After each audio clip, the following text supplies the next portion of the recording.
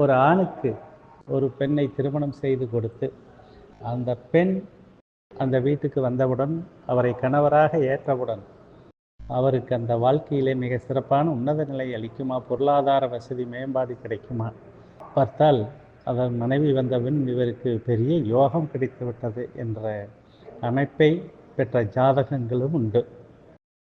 இப்படி திருமண பொருத்தம் பார்க்கும் பொழுதே ஜாதகருடைய கிரக அமைப்புகளை வைத்து அந்த பெண் இவரை திருமணம் செய்து வீட்டுக்கு வந்தவுடன் நல்ல பொருளாதார வசதி இருக்குமா என்பதை கிரக ஆய்வுகளை வைத்து கண்டிப்பாக அறிய முடியும்.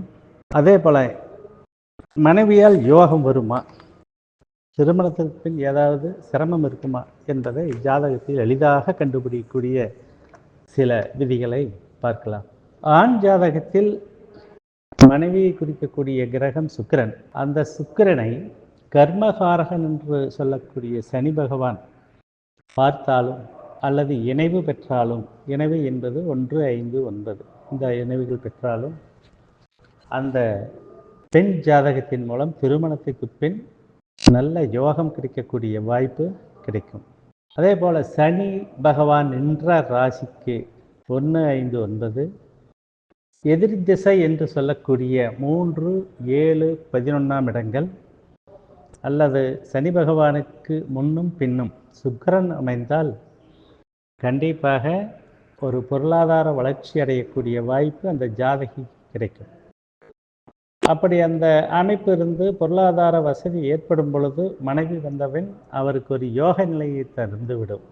அதே போல கர்மக்காரகனான சனி தொழிலுக்கும் காரகர். ஒரு ஆண் ஜாதகத்தில் சுக்கிரனை குறிக்கக்கூடியது மனைவி கிரகம்.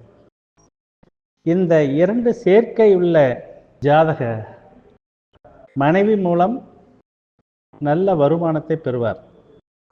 அதாவது ஒரு ஆண் ஜாதகத்தில் தொழில்காரகனான சனி பகவானுக்கும் மனைவிக்காரகனான சுக்கிரனும் சேர்க்கையுள்ள ஜாதகமாக ஒரு ஆண் ஜாதகம் இருப்பின் மனைவி மூலமாக நல்ல வருமானம் செல்வம் சேரக்கூடிய அமைப்பு உண்டாகும். இதெல்லாம் எளிமையாக சொல்வது. பல விதிகள் உண்டு.